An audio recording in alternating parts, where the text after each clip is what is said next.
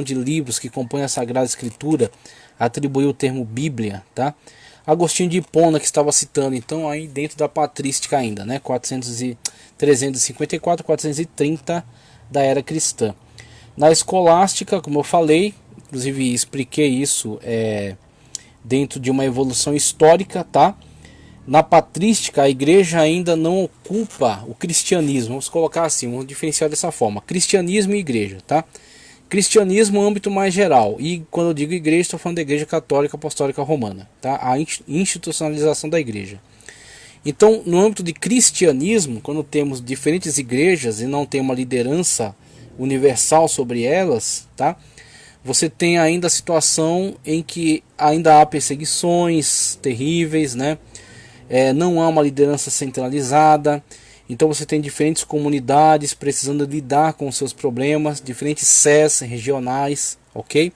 Então você tem esses importantes nomes que surgem na patrística e que foram importantes defensores da fé cristã dentro do seu local, na sua região, tá? Irineu de Lyon, na Gália, tá?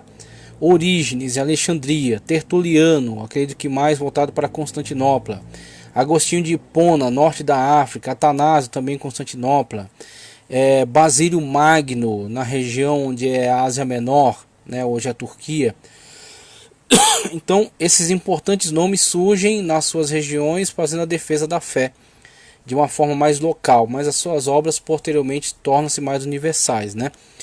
E na época da escolástica já temos uma outra estrutura. Então a igreja institucionalizada, flertando aí com o poder estatal, apoiada muitas vezes pelo poder estatal, tendo cristianizado aquele estado, formando agora importantes instituições, primeiramente as escolas agregadas às catedrais, para a formação da aristocracia e do clero, tá? Depois tornando-se a universidade, abarcando outros conhecimentos, outros níveis do saber, tá? Mas subordinados todos à teologia, porque estamos ainda na época da predominância da igreja institucionalizada, da Igreja Católica Apostólica Romana, ok? Então temos aí, este é o mundo da escolástica. Então na escolástica, como temos aqui a descrição, ó, escolástica também destacou-se, estou na página 17, tá?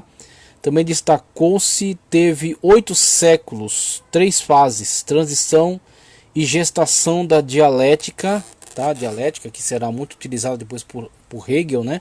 Tese, antítese e síntese, tá?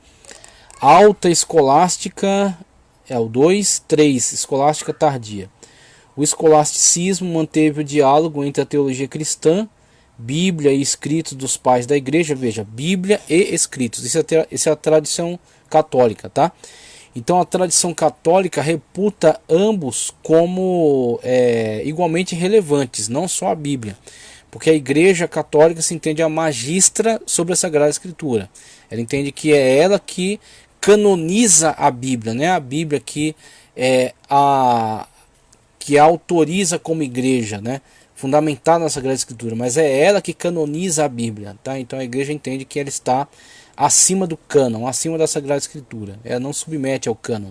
É o cânon que é inventado ou formado por ela, tá? Então você tem essa visão, né? Bíblia e escritos dos pais da igreja, porque você tem esta equiparação de autoridade, né? As palavras do Papa posteriormente serão ditas como infalíveis, mas aqui os importantes teólogos, né? Os tratados, os concílios da igreja. Então você tem aqueles documentos conciliares que são reputados aí como relevantes para reger a fé. Então não adianta você levar em consideração só o que diz a Bíblia.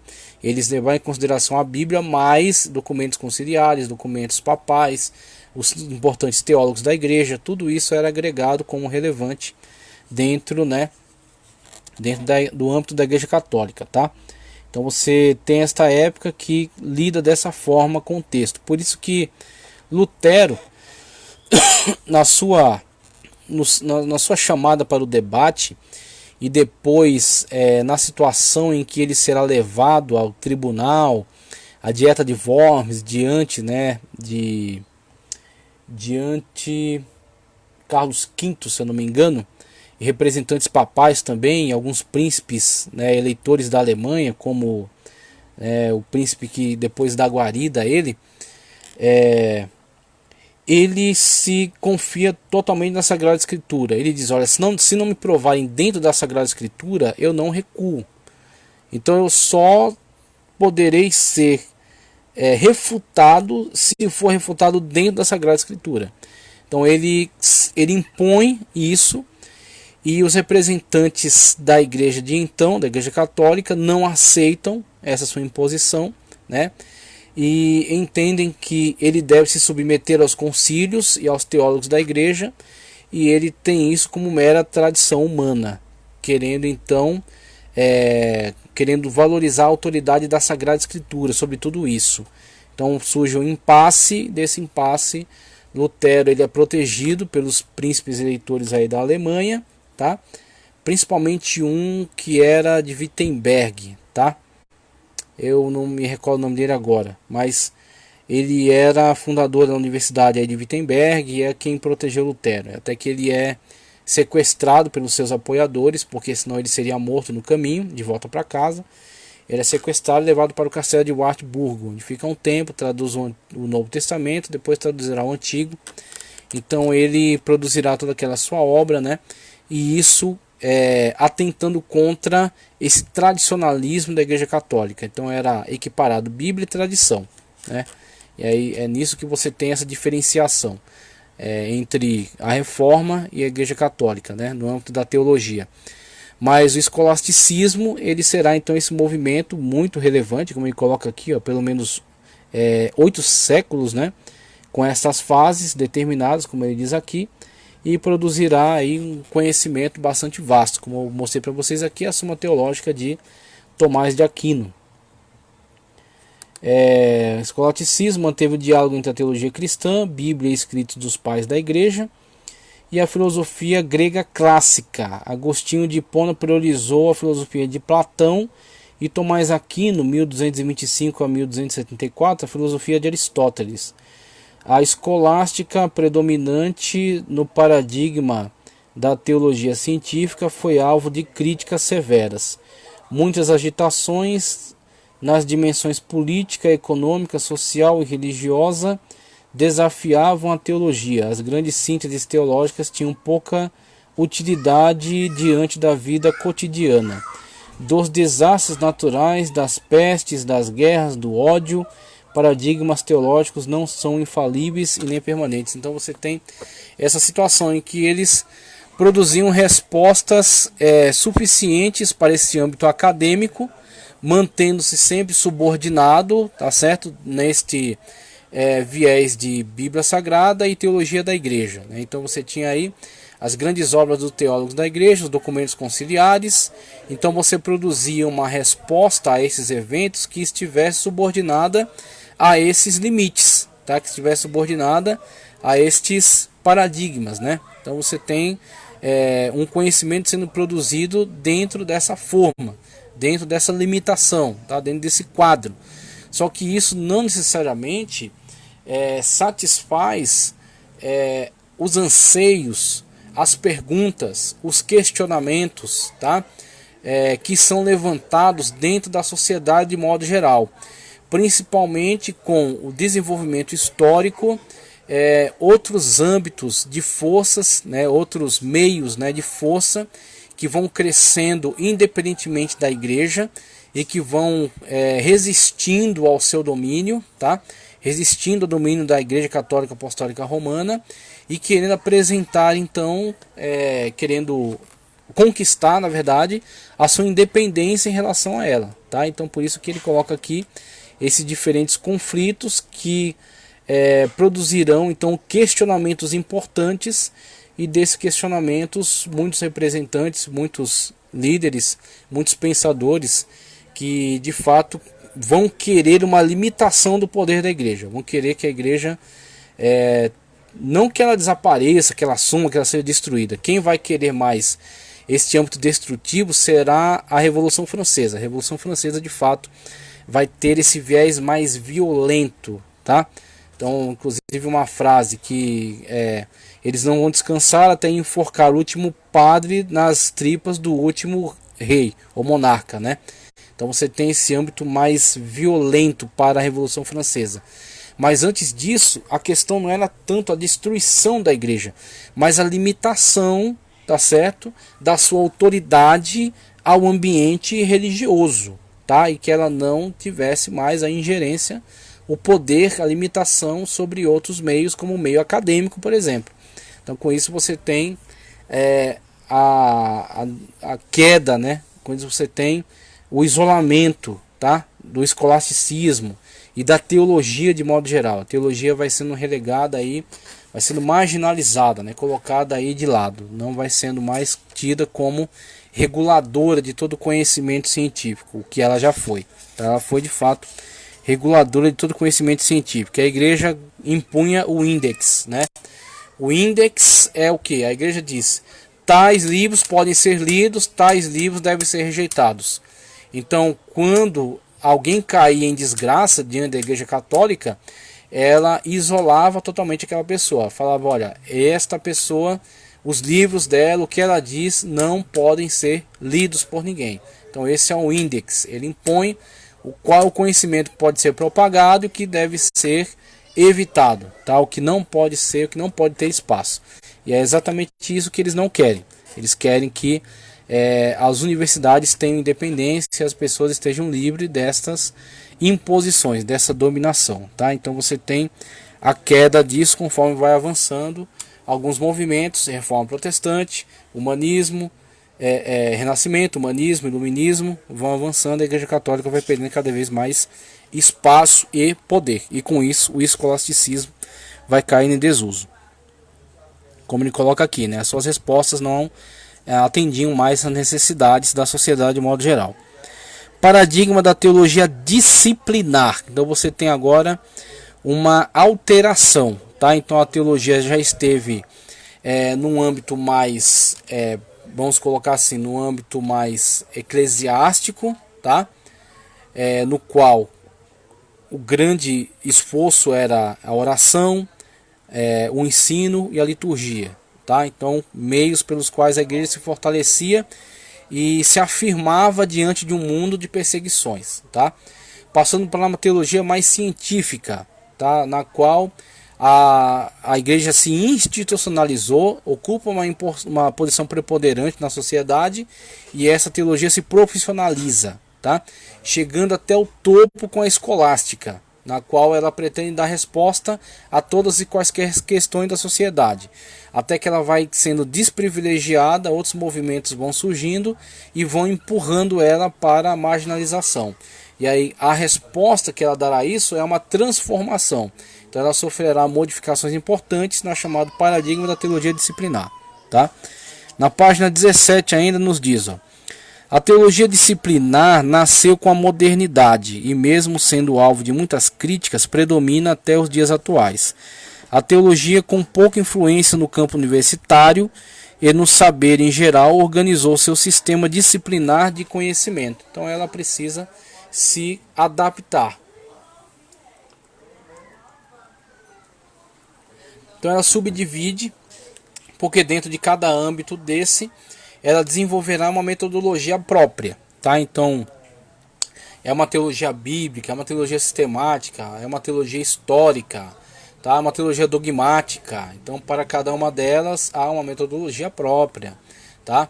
Há um escopo, né? Há uma alçada de estudos, tá? Que cada uma delas conduzirá. Teologia bíblica, né? Primeiramente aqui, teologia bíblica concentra-se nos aspectos literário, histórico, teológico, interpretativo, a fim de identificar as ideias teológicas de cada autor ou documento em seus contextos, tá? E aí depois ele passa já para a teologia histórica. Mas a teologia bíblica, ela vai trabalhar em sinese com a teologia exegética, tá? Teologia exegética e hermenêutica. A hermenêutica, eu gosto de exemplificar, não sei se meu exemplo é dos melhores, tá? Mas eu acho que serve para alguma coisa. Hermenêutica e exegese. Hermenêutica é a caixa de ferramenta, exegese é a ferramenta específica. Tá? Na hermenêutica você tem as regras, né? As diferentes regras interpretativas e de aplicação. Você precisa interpretar e você precisa aplicar. E você tem essas regras dentro da grande hermenêutica, a caixa de ferramentas. Mas para cada uma dessas aplicações você terá uma ferramenta exegética. Por exemplo, traduzir um texto do Antigo Testamento. Você precisa de um léxico do hebraico. Você precisa conhecer a língua original para você poder entender o que foi dito no original. Entendendo o que foi dito no original, você vai fazer uma paráfrase para aplicar isso, tá? Numa outra língua. Então você precisa lá buscar os elementos linguísticos dessa outra língua que combinam com esta. Ou você mantém uma hiperliteralidade e enfraquece a possibilidade de entendimento daquela língua para a qual está sendo traduzida, ou você faz ali não somente uma tradução, mas uma interpretação, para que você possa, né, colocar aquilo em termos que seja entendido naquela outra forma de linguagem, tá? Então você tem aí uma exegese. A exegese é uma ferramenta específica para esse trabalho. A exegese extrai do texto o seu sentido. Tendo extraído do texto o seu sentido, entendendo o que ele diz, o que o autor quis dizer, aí você pode aplicar, aí você usará como recurso outros meios, como a homilética, construindo um sermão a partir, né, daquele entendimento correto da Sagrada Escritura, tá? Então, dentro dessa questão da teologia bíblica, você cita comentários bíblicos, por exemplo. Comentário bíblico, o que ele se propõe? Ele vai analisar livro por livro da Sagrada Escritura, empregando nessa análise ferramentas de exegese, de hermenêutica, de história, de geografia, tá? De arqueologia, ok? De paleografia, examinar o próprio texto, né? O material do texto, né? Interpretação, léxicos, né? Grego, hebraico, no caso aqui o Antigo Testamento, Gênesis, então léxico do hebraico, tá? Gênesis da Deuteronômio, o Pentateuco. Então você terá aqui uma ferramenta que flerta muito com a teologia bíblica, tá? Que vai examinar, vai comentar esses textos. No caso desse comentário bíblico aqui, o Beacon, e também vou mostrar aqui o comentário NVI, eles vão trabalhar dentro do grupo de versículos, tá? Ele não é como Champlin, que vai versículo a versículo, tá? Ele vai trabalhar em grupos de versículos. Então, o Criador e a criação, 1 em 1 a 2, 3, né? O primeiro período que ele vai trabalhar aqui. Aí ele pega aqui 1, 24 a 31, tá? Ele vai pegar grupos de textos e vai construir um comentário, e para que esse comentário esclareça o texto, vai lançar mão de diversas ferramentas interpretativas, para que isso possa de fato ser esclarecedor quanto ao texto que ele está examinando, tá? Então você tem essa ferramenta muito relevante, ferramenta extraordinária, que é o chamado comentário bíblico. Temos ali o de Beacon, tá? E temos aqui também o comentário bíblico NVI, que num volume só tem Antigo e Novo Testamento. Comentário de F.F. Bruce, tá? Comentário bíblico do Novo Testamento, do comentário bíblico Antigo e Novo Testamento, que trabalha também a partir, né, desse organização de grupos de versículos, 4, 8, 37. Aí ele vai indicando aqui em que versículo, a que versículo diz respeito esse trecho do seu comentário, tá? Então temos aqui outro comentário bíblico relevante, outro comentário bíblico importante, que é o comentário de F.F. Bruce, da editora Vida Acadêmica. Então, temos aí a chamada teologia bíblica, tá? Teologia bíblica. Vamos dar sequência aqui. Vamos lá, paradigma disciplinar, teologia bíblica. Estou na página 18. Página 18. Teologia histórica. Teologia histórica. Investiga o desenvolvimento histórico das doutrinas cristãs e das heresias, e identifica fatores cruciais que influenciaram sua origem e proliferação. Abrange a história da Igreja, a história das missões e a história das doutrinas. História da Igreja, história das missões e também história das doutrinas. Inclusive tem um livro ali, História da Teologia Cristã, tá? Da editora Vida. É fundamental para você fazer esse estudo, né, essa análise aqui, quanto a este âmbito da investigação, que é o âmbito histórico. Tá? Então a teologia bíblica tem como sua estrutura o próprio texto da Sagrada Escritura. Então vai analisando ele e aplicando as diferentes ferramentas para a compreensão daquele texto. Na teologia histórica, o importante aí é todo o contexto histórico que está em torno dos textos da Sagrada Escritura. Então ele está pegando aí pelo contexto histórico. Então você tem aqui algumas obras que eu posso citar.